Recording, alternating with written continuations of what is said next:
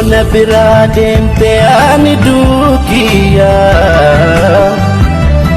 Yoona biraa deemte ani duukiyaa. Si dhabeen jira. Biroo addunyaa kanarraa eenyuun jibba beektaa? Jammee koo hin beeku.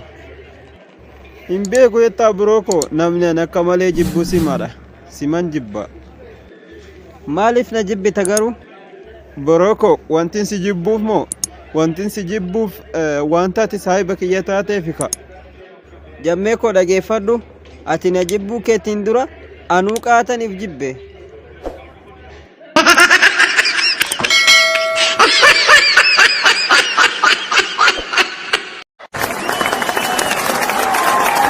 Jammee kiyya abbeetitti dawwalimee. Maaliin jaanummaa? Itti dawwaliitii bakka inni jiru gaafadhumee duraan haga kana maran turu warra maaltu isa mudate. Tole umma. Mucaa abbeetitti dawwalte. Umma abbaa kiyyatti dawwaleetiin jira micattii takka na jalaa kaase. Way ana kaddo. Manguddittiin dulloomte jedheetiniin tabiraan irratti baafatu eegalee inni. Aanaa dhufuu koy ammuma wal argina. Allah yaa rabbi dubbiin akkami namittiin fuula guurteen na eeydiyarra. Assalaamu alaikum kaddooti.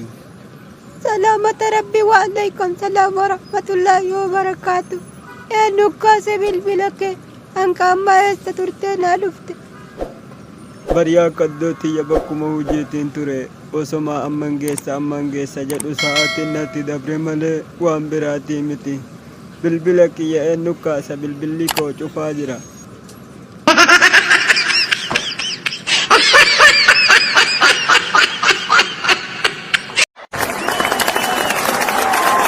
Harmee umrii kanatti eessa deemta ulee kaaftee?